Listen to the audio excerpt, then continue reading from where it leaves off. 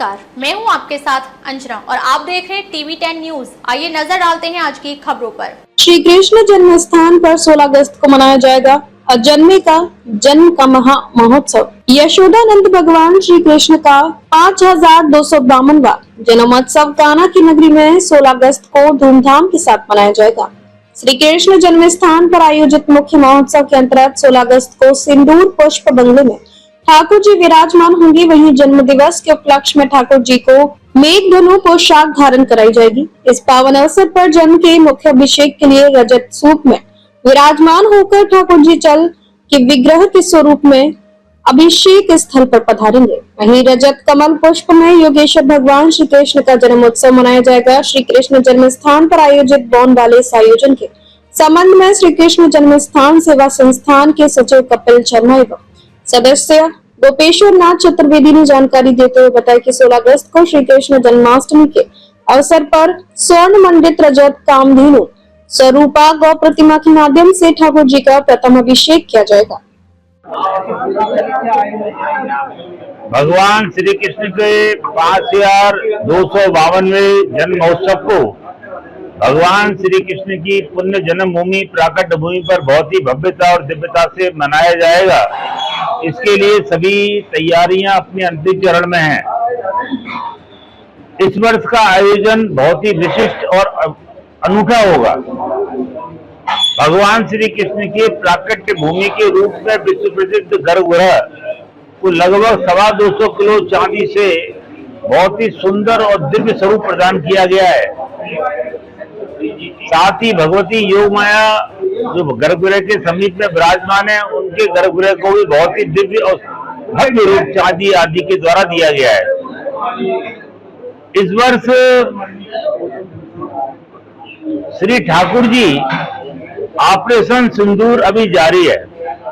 ऐसा ऑपरेशन जिसमें स्वयं सुदर्शन चक्रधारी भगवान श्री कृष्ण के दिव्य ज्ञान के दर्शन राष्ट्रवादियों ने किए, देश प्रेमियों ने किए। राष्ट्र हित के लिए पूर्ण समर्पित नेतृत्व, पराक्रमी सैन्य बल और कूटनीति के द्वारा जो एक त्रियोग से एक संगम बना, अगर उसको हम ऑपरेशन सिंदूर कहें तो अतिशयोक्ति नहीं होगी। सारे भारतवर्षी, सारे राष्ट्रभक्त, सारे देशभक्त आज अभिभूत हैं।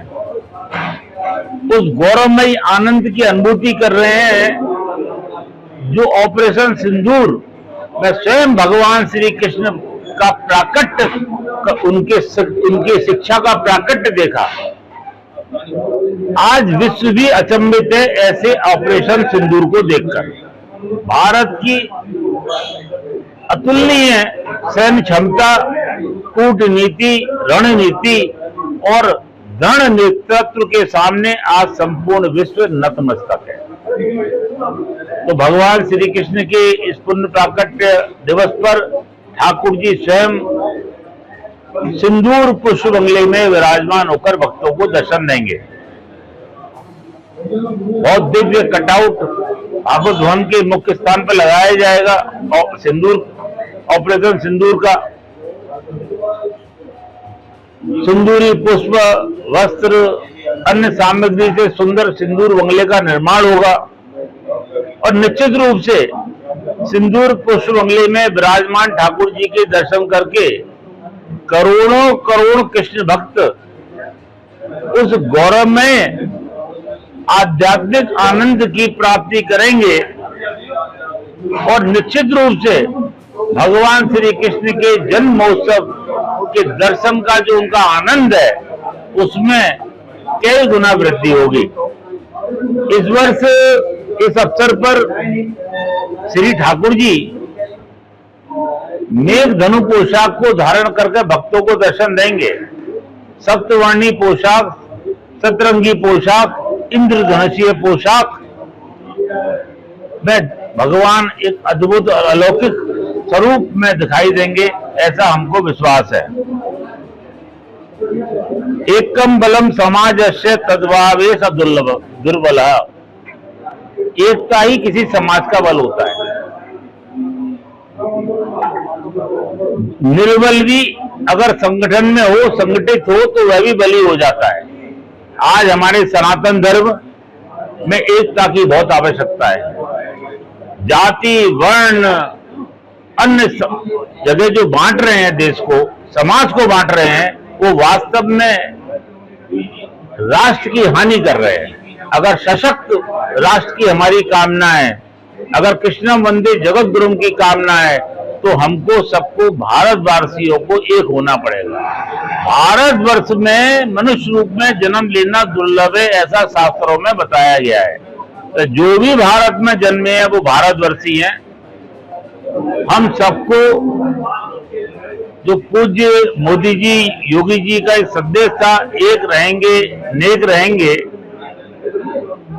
आज उसी पर हमारा कृष्ण जन्माष्टमी का संकल्प होगा। एक रहेंगे, नेक रहेंगे, धर्मांतरण से मिलकर लड़ेंगे। आज धर्मांतरण की जिस प्रकार से घटनाएं घटित हो रही हैं, जिस प्रकार से प्रकाश में आ रही हैं, पूरा विश्वव्यापी षड्यंत्र दिखाई दे रहा है, उसमें सभी सनातनियों को अपना अपना योगदान देना ही होगा। समाज को सजग करना ही होगा। जिहादी मानसिकताओं के लोगों के प्रयासों को,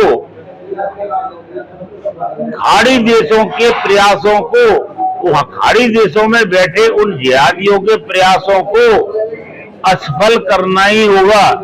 इसके लिए हम सभी कृष्ण भक्तों से आह्वान करते हैं कि इस कृष्ण 5252वें कृष्ण जन्म महोत्सव पर संकल्प रहे कि एक रहेंगे, नेक रहेंगे, धर्मांतरण से मिलकर लड़ेंगे।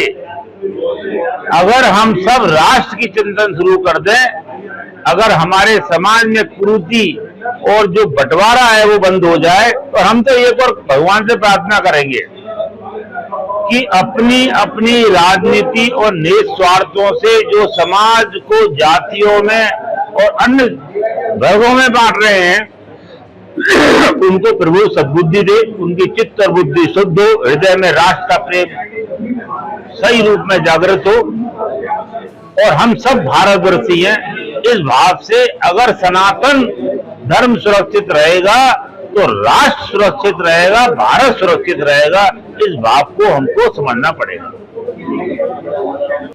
अब तक के लिए बस इतना ही। फिर मिलते हैं अन्य खबरों के साथ। मुझे दीजिए इजाजत। अपने आसपास की खबरों को देखने और हमारे साथ जुड़ने के लिए हमारी खबरों को लाइक करें, कमेंट करें, चैनल को सब्सक्राइब करें, हमारे फेसबुक पेज को फॉलो अवश्य करें। धन्यवाद।